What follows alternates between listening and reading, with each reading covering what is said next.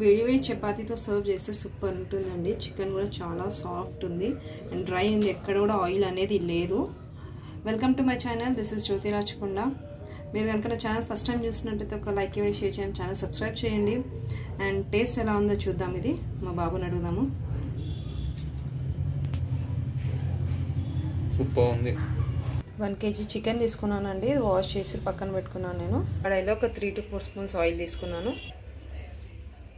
ఇలా మనం ఒక 1.5 స్పూన్ అల్లం వెల్లుల్లి పేస్ట్ వేసుకోవాలి. 1 స్పూన్ వచ్చి పచ్చిమిర్చి పేస్ట్ అండి. మంచిగా మనం ఫ్రై చేసుకున్నాము. ఇట్లా మంచిగా ఫ్రై చేసుకుందామండి ఒక 1 minute. మంచి స్మెల్ రావాలి, ఇది పచ్చివాసనపై మంచి స్మెల్ వస్తుంది. ఇప్పుడు ఇది మంచిగా వేగిపోయింది కదండి, ఇందులో మనం చికెన్ వేసేసుకున్నాము. చికెన్ వేసి మంచిగా కలుపుకున్నామండి. ఇది మనము హై ఫ్లేమ్ మీద ఒక 5 minutes ఇట్లా కుక్ చేసుకోవాలి మంచిగా కలిపి. ఇది ఇలా మంచిగా కలుపుకున్నానండి. కలుపుకొని మూత పెట్టేసి ఒక 10 minutes వదిలేద్దాము. స్టవ్ సిమ్లో పెట్టేద్దాం మనం. ఇప్పుడు ఇది సార్ చికెన్ వేసేద్దామండి మనము. చూద్దాం ఇది సరే.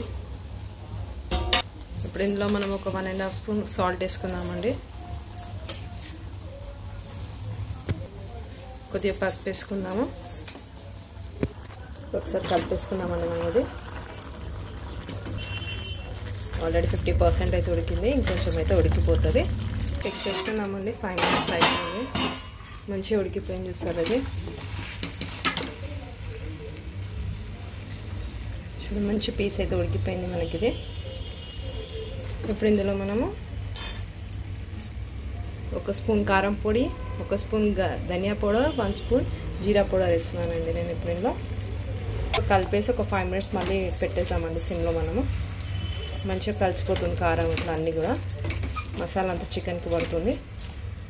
కొద్దిగా కరివేపాకు వేసుకుందామండి. ఇది ఈ స్టేజ్లో వేస్తే మంచిగా ఫ్లేవర్ వస్తుంది, ప్లస్ క్రిస్పీనెస్ వస్తుంది. కరివేపాకు కూడా బాగుంటుంది ఇలా దీంట్లోకి కరివేపాకు. మూత పెట్టేసామండి.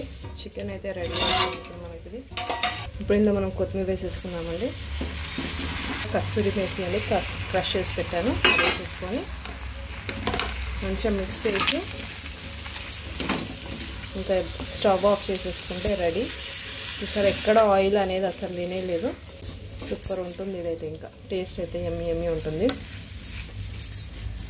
ఇప్పుడు స్టవ్ ఆఫ్ చేసేసి కొంచెం సేపు దీన్ని ఇలాగే వదిలేద్దాం మనం.